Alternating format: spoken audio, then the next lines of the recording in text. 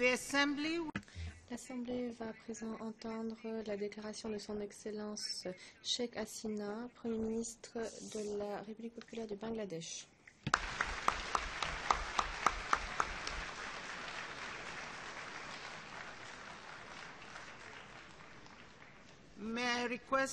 Je demande au service du protocole d'accompagner son Excellence.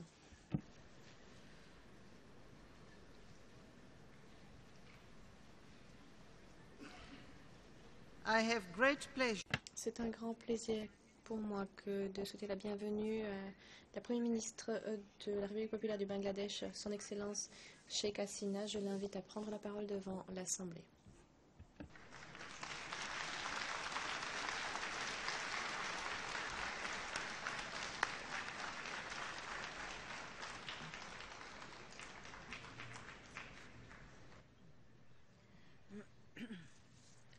Bismillahirrahmanirrahim. সম্মানিত সভাপতি, আসসালামু আলাইকুম. A very good morning to you. Madame la Présidente, bonjour à tous. 70তম অধিবেশনের সভাপতি নির্বাচিত Madame la Présidente, Monsieur le Président, nous voudrions vivement vous féliciter à l'occasion de votre accession à la présidence de la 69e session de l'Assemblée générale. Je souhaiterais féliciter l'ambassadeur John Ash pour la direction qu'il a assurée de la 68e session de l'Assemblée générale. Je souhaiterais également vivement remercier le secrétaire général Ban Ki-moon qui dirige nos efforts vers une vision commune d'un monde en paix, un monde de dignité et de bien-être pour tous. Il y a 40 ans, dans son premier discours devant l'Assemblée générale des Nations unies, le père de notre nation, Bangabandhu Sheikh Mujibur Rahman, avait expliqué sa vision d'un ordre mondial. Il avait dit: la nation du Bangladesh s'engage à établir un ordre mondial basé sur la coexistence pacifique, la justice sociale, la liberté, par rapport à toute pauvreté, toute faim, toute exploitation, toute agression. Voilà ce qui continue de guider les efforts du Bangladesh au niveau national et également dans nos relations internationales. Nous nous retrouvons à un moment où le développement au niveau mondial en est à la croisée des chemins. Alors que la date butoir de réalisation des OMD approche, la communauté internationale s'est engagée dans l'élaboration d'un programme transformateur de développement pour 2016-2030. Le thème de la session de l'Assemblée générale cette année est par conséquent tout à fait judicieux. Comme je l'ai dit, le Bangladesh estime que nos délibérations nous aideront à en arriver à un programme de développement équilibré, pragmatique et ambitieux.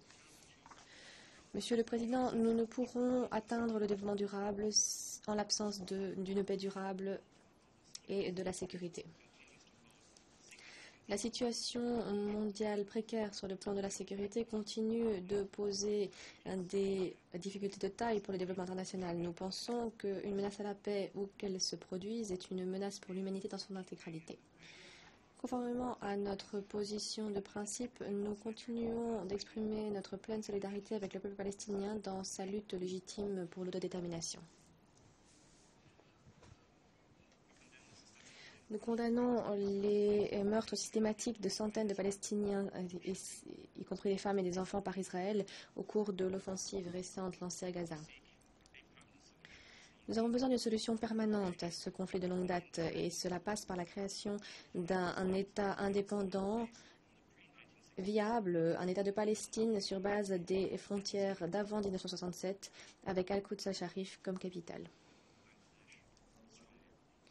Le Bangladesh est fermement convaincu de la centralité, de la légitimité des Nations Unies en tant que gardien de la paix mondiale, de la sécurité, du développement. Notre engagement envers la paix internationale se manifeste par la résolution que nous parrainons au sein de l'Assemblée générale, culture de paix et de non-violence.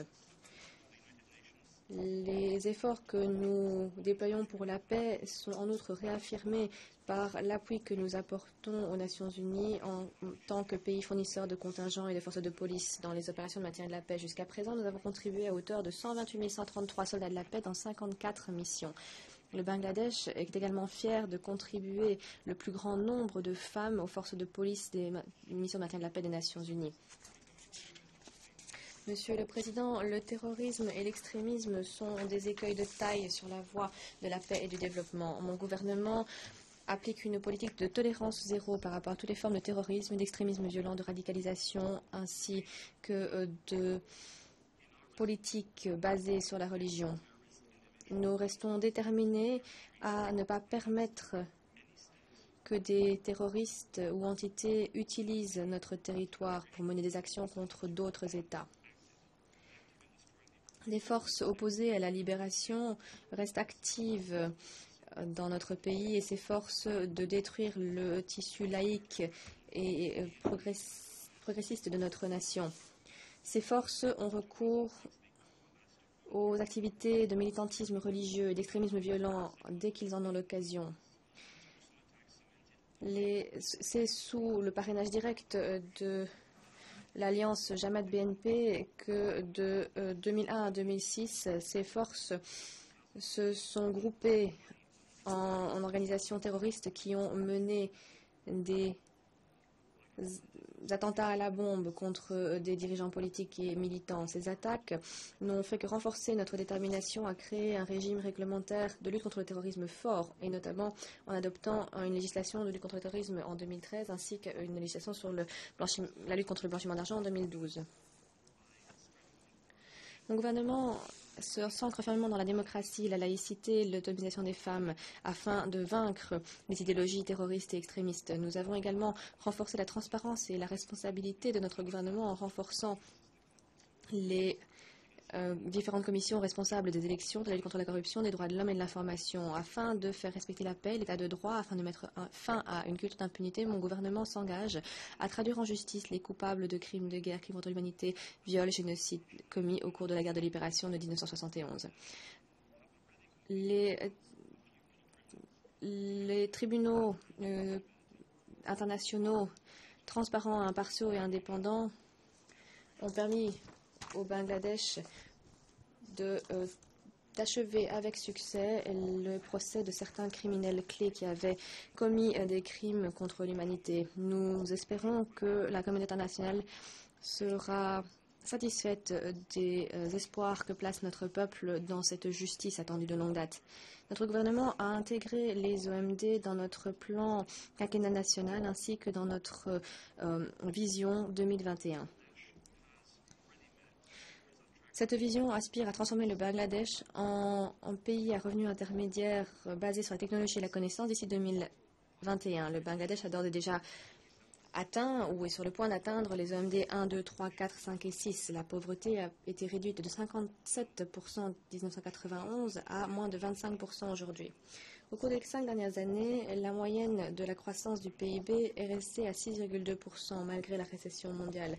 Les recettes issues de l'exportation ont été multipliées par 3, même plus, passant de 10 milliards de dollars en 2006 à 30 milliards de dollars l'année dernière.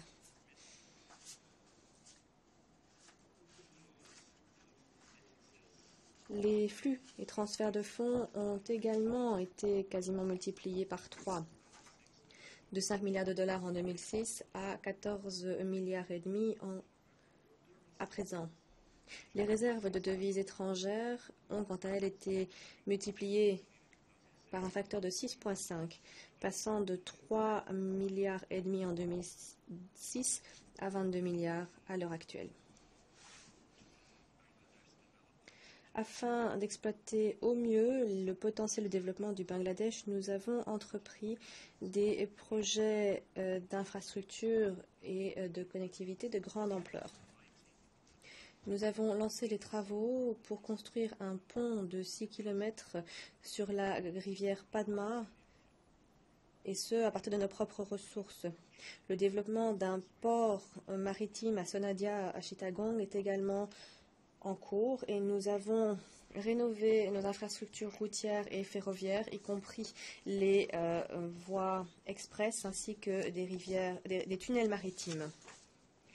Nous avons conclu des accords avec les pays amis tels que l'Inde, la Chine et le Japon afin de développer des centrales électriques à large échelle pour répondre à nos besoins croissants d'ici 2021. 18 zones économiques ont également été développées dans tout le pays afin de permettre aux investisseurs potentiels d'investir au Bangladesh, surtout dans le contexte de notre intégration croissante dans la région. Le Bangladesh en retire des bénéfices clairs au niveau démographique également, avec 2/3 de notre population active jeune qui devrait rester active d'ici 2031. Il est impératif à présent d'investir dans le renforcement des capacités de notre population de plus en plus jeune.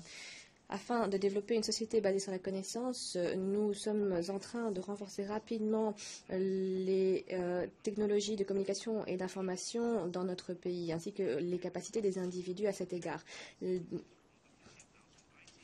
En outre, notre population reçoit plus de 200 services fournis par 4500 services d'information et centres. Les communautés rurales également ont accès aux services de santé dans plus de 15 000 cliniques sanitaires. Ces différents réseaux nous permettent permettent aux individus d'avoir accès à des services publics cruciaux, et ce de façon plus abordable. Le Bangladesh a à présent atteint un total de 117 millions de cartes SIM distribuées, avec plus de 78% de prévalence dans l'accès aux télécommunications et 50 millions de connexions Internet. Le Bangladesh a également fait de grands progrès dans l'éducation, ce qui nous a permis d'atteindre les cibles des OMD qui étaient d'assurer l'inscription dans les écoles primaires universelles et l'égalité entre filles et garçons dans les écoles primaires et secondaires. Notre gouvernement fournit aux étudiants une éducation gratuite jusqu'à l'âge de 16 ans. Nous offrons également de façon mensuelle des bourses à 12 millions de filles et de garçons de familles pauvres.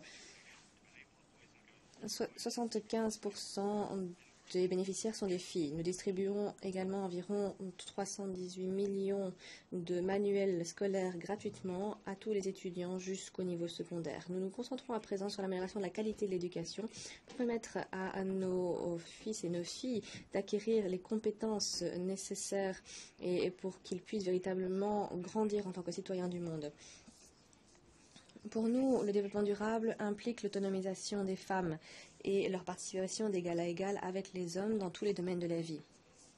Nos efforts visant à promouvoir l'autonomisation des femmes sont renforcés car celles-ci ont accès aux ressources de production et peuvent assurer la représentation au niveau national et local.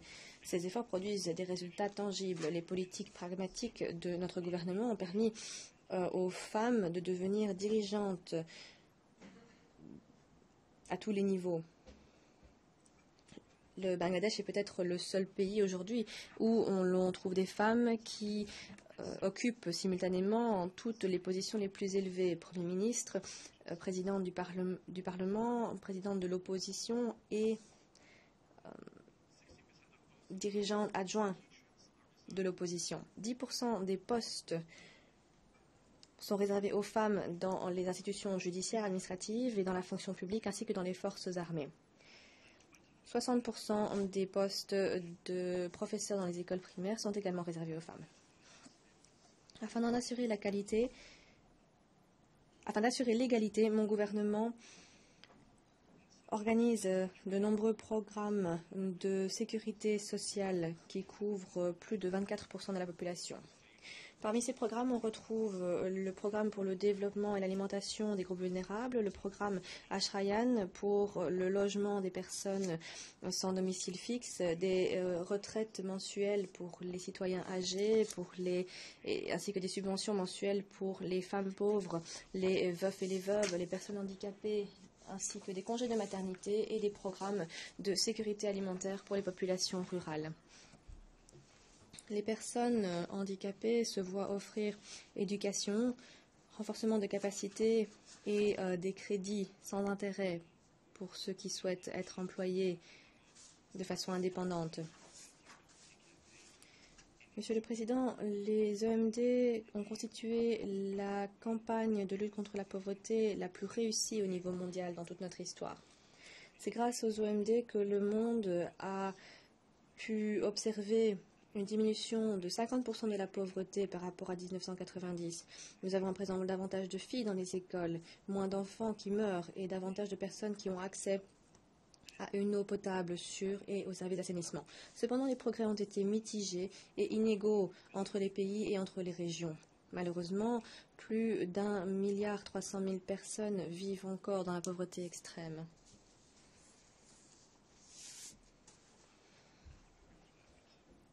Alors que nous nous penchons sur les nouveaux défis du développement, l'élimination de la pauvreté doit rester au cœur même du programme de développement pour l'après 2015 et nous devons forger des liens avec tous les autres OMD.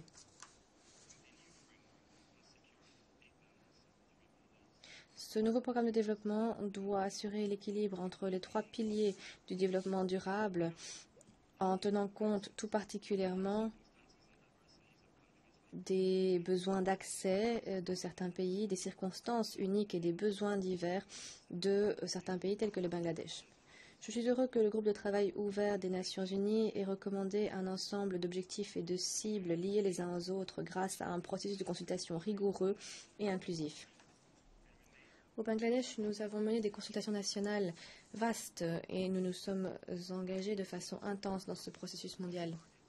Nous estimons que l'ensemble d'objectifs et de cibles est un programme bien équilibré et constituera la base robuste du programme de développement pour l'après 2015. Ce futur programme de développement devra traiter de façon efficace des contraintes qui existent de longue date en matière de ressources et de capacités pour les pays à faible revenu. Ce programme devra également répondre aux nouveaux risques, aux nouvelles vulnérabilités. Ce programme de développement pour l'après 2015 devra répondre à nos espoirs qui visent à bâtir un monde durable, prospère, équitable, dans lequel aucune personne, aucune nation ne sera laissée pour compte.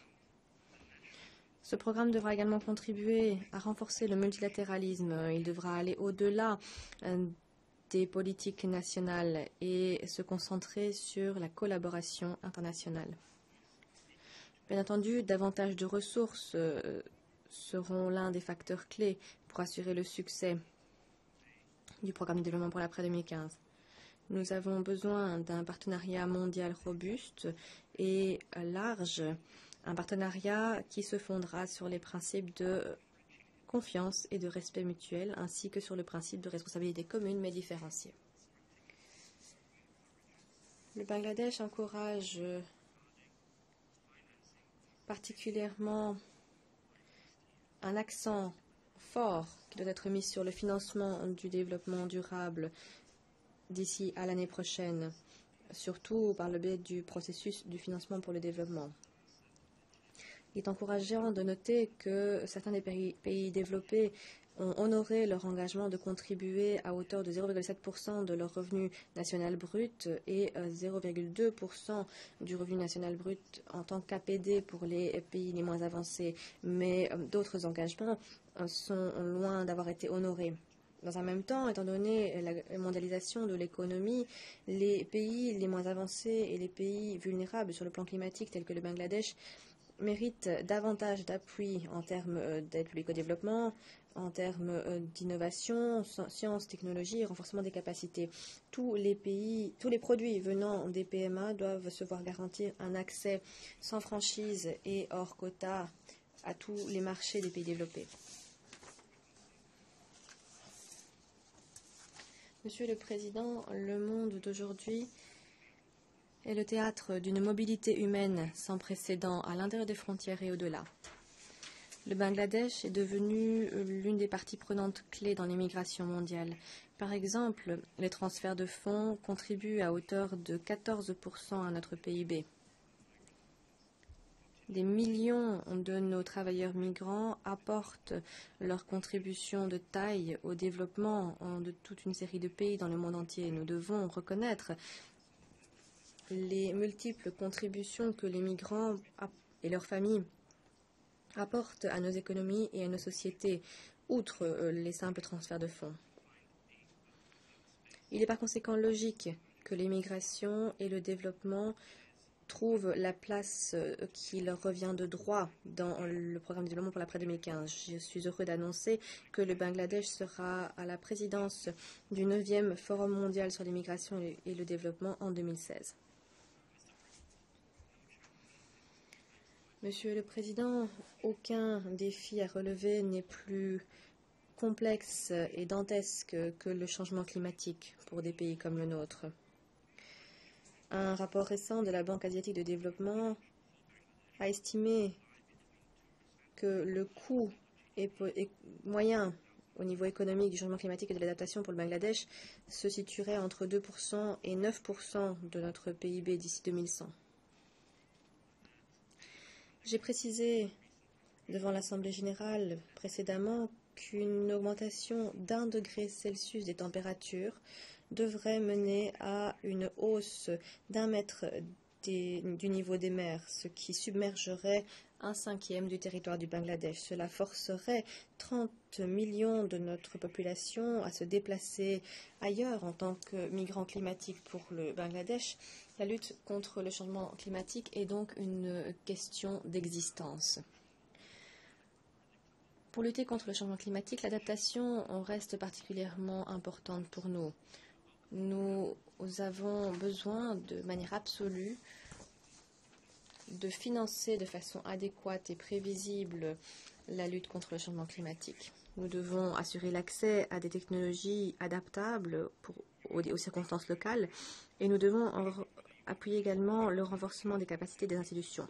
Nous réitérons que grâce au rôle échappé des Nations Unies, l'intégration de la Convention cadre sur le changement climatique et des processus de risque de réduction de catastrophes et des OMD, cette intégration est particulièrement importante. Le monde doit également prendre conscience du potentiel inexploité que représentent les océans, l'économie bleue. Les États côtiers et petits États insulaires en développement peuvent tirer parti, dans une grande mesure, d'une préservation équilibrée des écosystèmes et d'une bonne utilisation des ressources et services liés à ces écosystèmes marins. Nous appelons à l'appui à la communauté internationale afin qu'elle appuie les pays côtiers tels que le Bangladesh dans le développement de capacités si nécessaire, dans le transfert des technologies et la mise en place de cadre institutionnel pour exploiter cette économie bleue. Nous devons continuer à appuyer l'intégration des principes de l'économie bleue et des pratiques qui y sont liées dans le programme de développement pour l'après 2015. Monsieur le Président, le Bangladesh a proposé une résolution à marquer d'une pierre blanche au sein de l'UNESCO qui, en 1999, a reconnu le 21 février en tant que journée internationale des langues maternelles pour les peuples du monde. Nous avons créé le seul institut international des langues maternelles à Dhaka afin de préserver plus de 6500 langues de l'humanité. Il y a 2 piliers qui définissent notre engagement envers les langues maternelles. Encore une fois, je rappelle à cette auguste assemblée qu'il serait judicieux de reconnaître le bangla parlé par plus de 300 millions d'individus en tant que langue officielle des Nations Unies.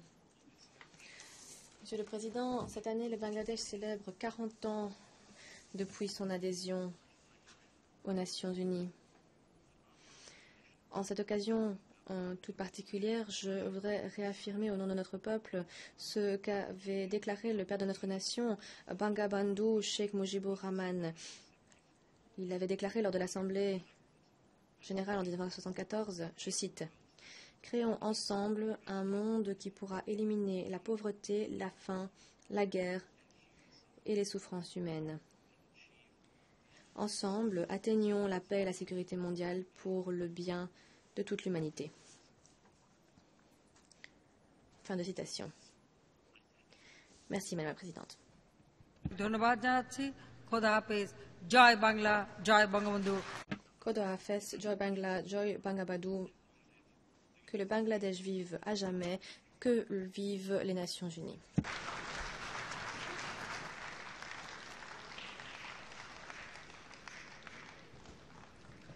On behalf of the General Assembly, Au nom de l'Assemblée générale, je remercie le Premier ministre de la République populaire du Bangladesh pour l'allocution qu'elle vient de prononcer. Je demande au service du protocole d'escorter son Excellence.